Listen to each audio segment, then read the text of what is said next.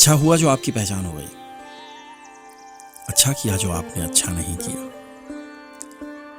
ہم ہمیشہ لوگوں کے لیے ان کے پسندیدہ نہیں رہ سکتے، خاص طور پہ آج کل کے زمانے میں۔ ایسا نہیں کہ ہم میں کوئی کمی آ جاتی ہے، بلکہ لوگوں کا معیار بدل جاتا ہے، ان کے دیکھنے کا زاویہ بدل جاتا ہے۔ آپ جن کی آنکھوں کا تارا ہوا کرتے ہیں، کچھ ہی عرصے میں کوئی آپ سے اچھا آپ کی جگہ لے لیتا ہے۔ عقل مندی کا تقاضا یہی ہے کہ ہمیں اس بات کے لیے تیار رہنا چاہیے ذہنی طور پہ۔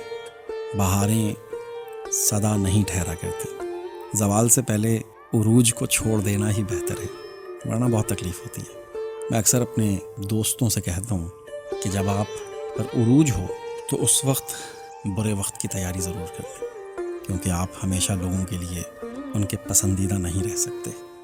جیسے آج کل کا زمانہ ہے، مجھے اس انڈسٹری میں تقریباً آدھی زندگی گزر گئی، تقریباً 18 سال۔ تو میں نے اپ اینڈ ڈاؤنز دیکھے ہیں، میں نے عروج بھی دیکھا ہے، زوال بھی دیکھا ہے، بہت سارے لوگوں کو عروج دیکھا، اور ایک دم سے وہ ہر گزرتا دن ایک نیا چہرہ آپ کے سامنے لے کے آتا ہے۔ لوگ اب مستقل مزاج نہیں رہے۔ کسی زمانے میں ہوا کرتا تھا کہ آپ کو اگر ایک شخص پسند ہے تو ساری زندگی وہی پسند ہے، اس سے آگے کچھ نہیں ہے۔ آج لوگوں کی پسندیدگی بہت تیزی کے ساتھ تبدیل ہو رہی ہے۔ آج مجھے آپ پسند ہیں، کل مجھے کوئی اور پسند آ جائے گا، کیونکہ میرے پاس آپشنز بہت زیادہ ہیں۔